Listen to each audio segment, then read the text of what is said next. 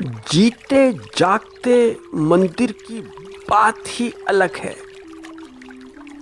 और जीता जागता मंदिर वो है कि जो मानव निर्मित ना हो, जिसका निर्माण मनुष्य ने ना किया हो।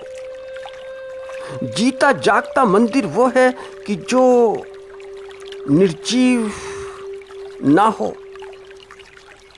जीता जागता मंदिर तो वो है कि जो सजीव हो, जिसमें सजीवता के लक्षण हो।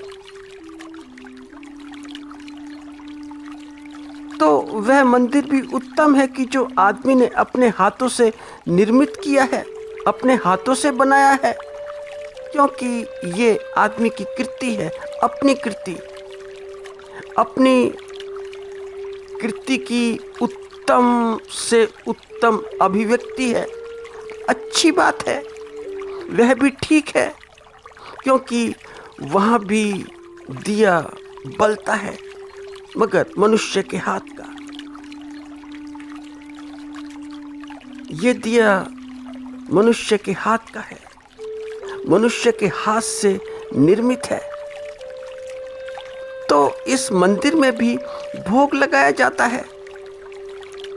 तो मंदिर में भी, वहाँ पर भी जो एक पुजारी होता है वह प्रसाद देता है, और वहाँ भी नियमित पूजा पाठ होती है। ठीक है, सारी बात ठीक है, मगर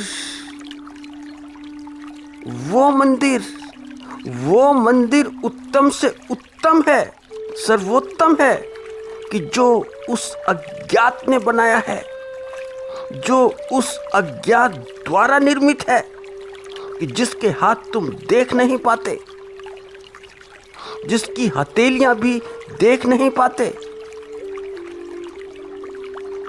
जिस पर उस अज्ञात की हथेलियों की छाप है। वो मंदिर की जिस पर उस अज्ञात की उंगलियों के निशान हैं, वो मंदिर फिर उत्तम ही नहीं, सर्वोत्तम है। सर्वोत्तम कि सर्वोत्तम क्यों है? सर्वोत्तम इसलिए है कि जिसके भीतर का दिया उस अज्ञात ने अपने हाथों से बनाया हो, अपने हाथों से। और ऐसा दिया कि बिन बाती बिन तेल बलता ही रहता है, बलता ही चला जाता है 24 घंटे, एकदम अहिर्निश। और वह दिया क्योंकि उसने अपने हाथों से बनाया है, तो उसका प्रकाश फैलता है, पूरे मन पर फैलता है, पूरे तन पर फैलता है। तो जो तन मन होता है, सारा का सारा प्रकाशवान हो जाता है। ऐसे प्रकाश से जीवन आलोकित रहता है।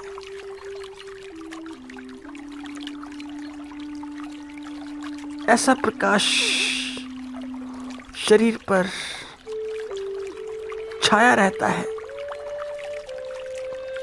तो जो उसकी कृति है, उसके हाथों की, क्या ऐसी जो कृति होगी उत्कृष्ट नहीं होगी?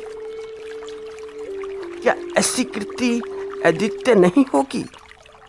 क्या ऐसी कृति सर्वोत्तम नहीं होगी? क्योंकि उसके हाथों की कृति है, सर्वोत्तम होना ही चाहिए। मगर दुर्भाग्य से जो उसकी कृति होती है, उसको हम बड़ा अपमानित भी करते हैं और करते रहते हैं कि उसकी जो कृति है उसके हाथों की, वह बड़ी छोटी मोटी है। दुनिया में तुम देखो, काला गोरा, कालों के साथ कैसा व्यवहार होता है। फिर तुम इस दुनिया में देखो, हर देश में देखो कि ऊंच नीच, उसकी कृति के साथ में कोई ऊंच नीच हो सकती है क्या? उसकी कृति के साथ में कोई जात पात हो सकता है क्या? उसकी कृति के साथ में तुम कोई जातिवाद लेके आ सकते हो क्या? और मुसीबत तो उस समय शुरू होती है कि जब धर्मों में भी आदमी से ज्यादा महत्व और बातों को दिया जाने लगता है। आदमी को महत्व नहीं, दूसरी बातों को, जबकि आदमी उसकी जीती जागती कृति है, उस अस्तित्व की, उसके हाथों की कृति है। और महत्व तुम आदमी को नहीं देते, जीवित आदमी को नहीं देते, जीवित कृति को नहीं देते, और बातों को दे जाते हो। और चीजें ऐसी हैं कि उन्हें देने लगते हो। तुम दो उन्हें महत्व, कोई बात नहीं, ठीक है, मगर शीर्ष के ऊपर तो आदमी को रखो। और आदमी को इसलिए रखो कि वह सजीव है, वह उसकी कृति है। क्योंकि जो भी सजीव है वहीं पर ईश्वर है, वहीं परमात्मा है।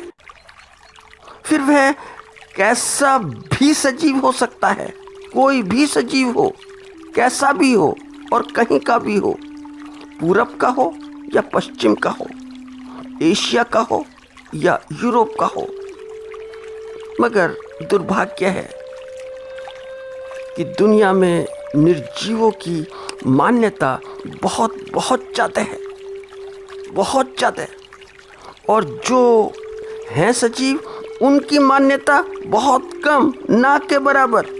वहाँ पर फिर दुराग्रह आने लगते हैं, भेदभाव आने लगते हैं, जाति पाति आने लगती है, दिशाएं आने लगती हैं कि ये दक्षिण का, ये पूरब का, ये पश्चिम का, ये उत्तर का। और धार्मिक स्थल वे चाहे कोई भी हो, मंदिर हो, मस्जिद हो या गिरजाघर हो, जो भी हो, वे होते ही इसलिए हैं कि आदमी निर्जीव होकर ना जिए, मरा ना जिए, गुनगुना सा ना जिए, बल्कि गीत गाता जिए, नाचता जिए, मस्ती के साथ जिए, प्रेम पूर्ण जिए, सजीव होकर जिए। मगर होता विपरीत है, होता बिल्कुल विपरीत है। आदमी धार्मिक स्थलों के ऊपर भी बुझा सा जाता है और बुझा सा ही लौट आता है। और जानते हो, जाने की बात तो ठीक है कि तुम बुझे गए, मगर बुझे लौटे क्यों?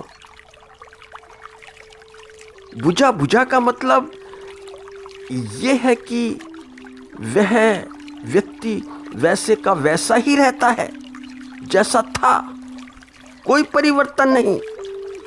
उसमें से लौटने के बाद भी कोई सुगंध नहीं।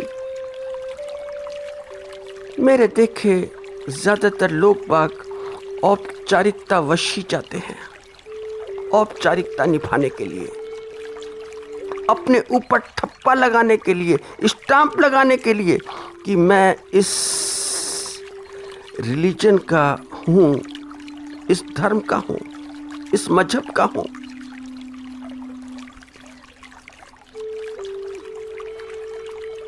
कि मैं इस धार्मिक जगत का व्यक्ति हूँ। मैं वहां तक होकर आ चुका हूँ, उस तीर्थ स्थल तक जो बड़ा दूर है। मैंने वहां तक की यात्रा की है। तो उस तीर्थ स्थल तक तुम क्या होकर आ चुके कि लग गया ठप्पा तुम्हारे ऊपर धार्मिक होने का, कि तुम धार्मिक आदमी हो। बस इतना सा ही पर्याप्त है। बस धार्मिक होने के लिए कि तुम वहां तक होकर आ चुके तो तुम धार्मिक बन गए। ये क्या बात हुई, कैसी बात हुई? ये कुछ समझ में तो नहीं आती। मेरी तो बिल्कुल भी समझ में नहीं आती। ऐसा हुआ कि एक बार, और इस मामले में भारत बड़ा बहुत बहुत बहुत बहुत अद्भुत है। बड़े आश्चर्यों से भरा पड़ा है भारत, क्योंकि यहाँ की मिट्टी हमेशा से ही ऐसी रही है कि पूरी दुनिया को लुभाती रही है। यहाँ के संत, यहाँ के साधु, यहाँ के महात्मा, सन्यासी पहले भी थे, आज भी है। आज भी बहुत बहुत हैं जैसे पहले थे। तो हुआ क्या कि एक नाथ जी थे, संत एक नाथ। अब तुम देखो, नाम ही एक नाथ। अब नाम ही ऐसा कि एक नाथ, कि सबका नाथ एक। तो जैसा उनका नाम था वैसा ही उनका स्वभाव भी था, बिल्कुल नाम के अनुरूप, नाम जैसा। तो पुराने टाइम की बात है। तो उस टाइम ना तो कोई साधन होता था वाहनों का, ना कोई साधन, ना संसाधन, कुछ भी नहीं। पैदल यात्रा, और पैदल यात्रा जो होती थी बड़ी कठिन यात्रा होती थी। तो उन दिनों ऐसा होता था कि जहाँ तुम रहते हो वहाँ से काशी जाओ, और काशी जाकर वहाँ से गंगा जल लो, और फिर रामेश्वरम जाओ, वहाँ चढ़ाओ। तो एक नाथ जी भी ऐसे ही थे। उनके साथ भी उनके मित्र थे, मित्रों की एक मंडली थी, उनके साथ थे। तो वे काशी आ गए और गंगा जल भी ले लिया। और गंगा जल लेने के बाद में रामेश्वरम की तीर्थ यात्रा के ऊपर निकल पड़े, क्योंकि वहां तक जाना था।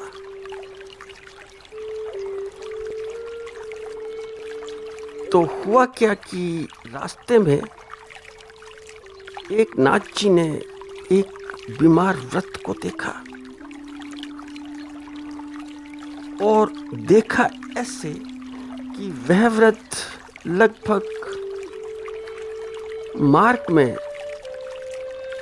मरा सा था, मृत प्राय था, मरने को था। अब क्योंकि पहले का टाइम था, तो पहले के टाइम में इतनी व्यवस्था नहीं होती थी। कुएं होते थे पानी के लिए, और लंबे लंबे रास्ते। तो कुआं हर रास्ते पर नहीं होता था। तो वह वृद्ध प्यास से बड़ा बेहाल था, बड़ा बेहाल। मगर जल कौन दे, क्योंकि राहगीर इतने श्रम से काशी से गंगा जल लेकर आते थे। रामेश्वरम पहुंचना था, वहाँ जलाभिषेक होना था, तो उन्हें वे प्यासे के प्यासे, तो कोई उन्हें गंगा जल तक ना पिलाए, क्योंकि जो गंगा जल था वह तो रामेश्वरम के लिए था।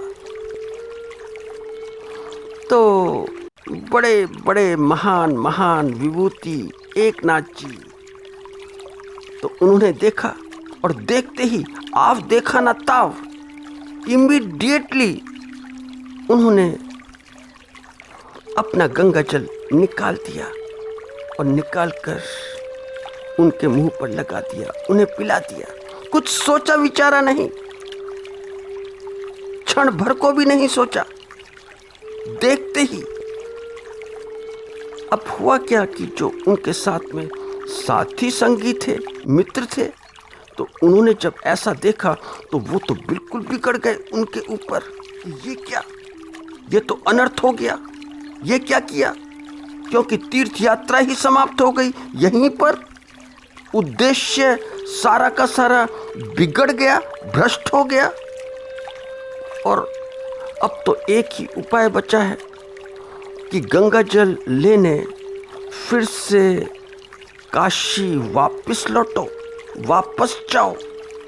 तो वे तो अनाप, वे तो बहुत उल्टा सीधा बोलने लगे, अनाप शनाप। मगर हुआ क्या, एकनाथ जी बोले कि देखो मेरा सौभाग्य, मैं कितना सौभाग्यशाली हूं। क्या रामेश्वरम जाना, महादेव तो यहीं पर आ गए मुझसे मिलने, तो मुझे रामेश्वरम जाने की अब कोई जरूरत नहीं, क्योंकि यही तो महादेव हैं। और हैं कौन, कहां ढूंढने जाते हो महादेव को, स्वयं महादेव आ गए, दर्शन दे गए। और तुम एक बात और देखो कि मेरा गंगा जल भी स्वीकार किया, मेरा अभिषेक स्वीकार किया। तो ये अभिषेक स्वीकृत हुआ यहीं पर, और स्वीकृत हुआ तो फिर मेरी यात्रा भी समाप्त हुई। तो अब तो मुझे रामेश्वरम तक की यात्रा भी नहीं करनी पड़ेगी, यात्रा तो यहीं पूरी हो गई। तो ये जीवित व्यक्ति है, सजीव व्यक्ति है, और इस व्यक्ति का धर्म भी जीवित है। यह जीता जागता जिंदा धर्म है। यह अज्ञात की जो कृति है उसके प्रति प्रेम है, सम्मान है। भला इसके अतिरिक्त धर्म और हो भी क्या सकता है, और कोई धर्म नहीं हो सकता।